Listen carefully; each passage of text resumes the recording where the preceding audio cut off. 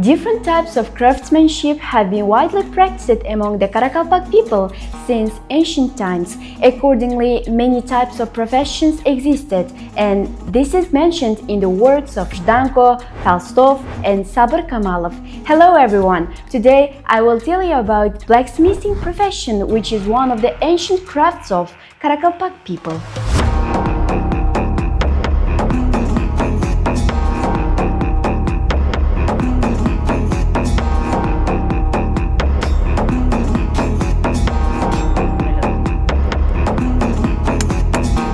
The initial forms and foundations of factories and plants were laid down in our people since ancient times. The term plant includes the blacksmithing, coppersmiths, jewelers, iron casters, tinsmiths, carpentry, and others. On the other hand, factories includes the handicrafts such as the art of weaving, sewing, the art of embroidery, felt making, carpet weaving, yarn spinning, and cotton cleaning. In blacksmithing, tasks such as melting, smelting, shaping the molten metal with a hammer, smoothing, bending, and carving up a format. In carrying out these works, the blacksmith's main tool is called kurek, that means bellows. Bellows is an indispensable tool for melting iron.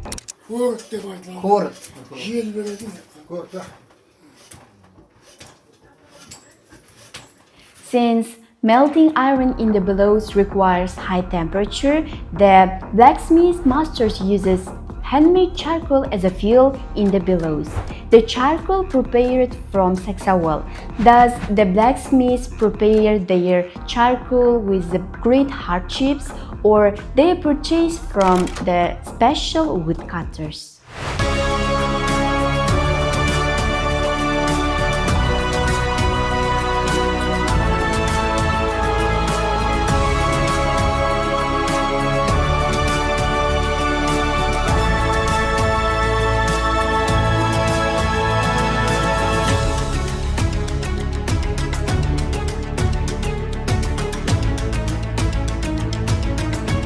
Hazrat Daudata is regarded as patron saint of iron workers. Before starting their work, blacksmiths pray, "O Allah," and ask Hazrat Daudata to support them. The craft blacksmithing has not lost its importance even in our present days. The local blacksmith holds an important place in making tools for animal husbandry, fishing sectors, farming, and household goods. I learned blacksmithing back when I was still studying at school. I started out with things like making nails. Hoes, shovels, sickles, pitchforks, rakes, grass-cutting sickles, adzes, iron pitchforks, spirals, stirrups, iron saddles, iron stakes, horse bits, and other items demonstrate that there is still need for a blacksmithing profession. I have been working as a blacksmith since 1982. At first I used to help my own father. Later on I also learned blacksmithing from my grandfather, who lived nearby. He mainly made agricultural tools like sickles and hoes. My grandfather used to make all kinds of things, but I wasn't able to learn everything from him because he passed away.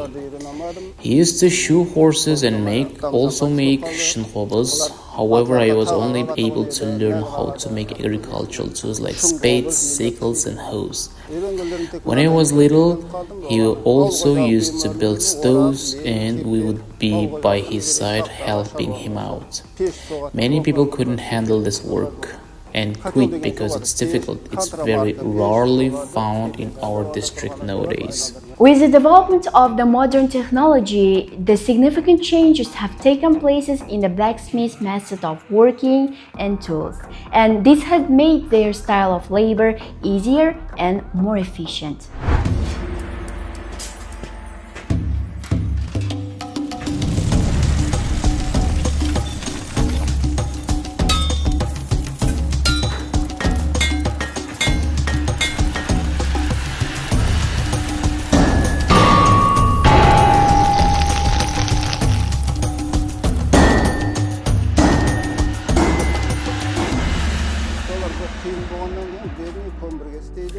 Many kids came to learn blacksmithing, but they couldn't endure the hard labor.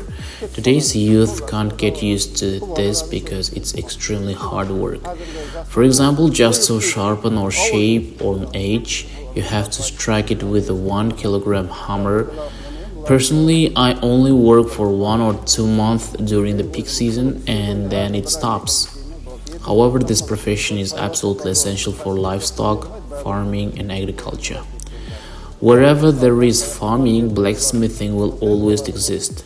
The need for this trade will never disappear. If I told you to strike it with a hammer, would you do it? Of course you wouldn't, you would rather do easy work. In our upcoming episodes, we'll be sharing even more about our rich culture. So follow us on the official pages of the Ministry of Culture of the Republic of Karakalpakstan. Goodbye, everyone.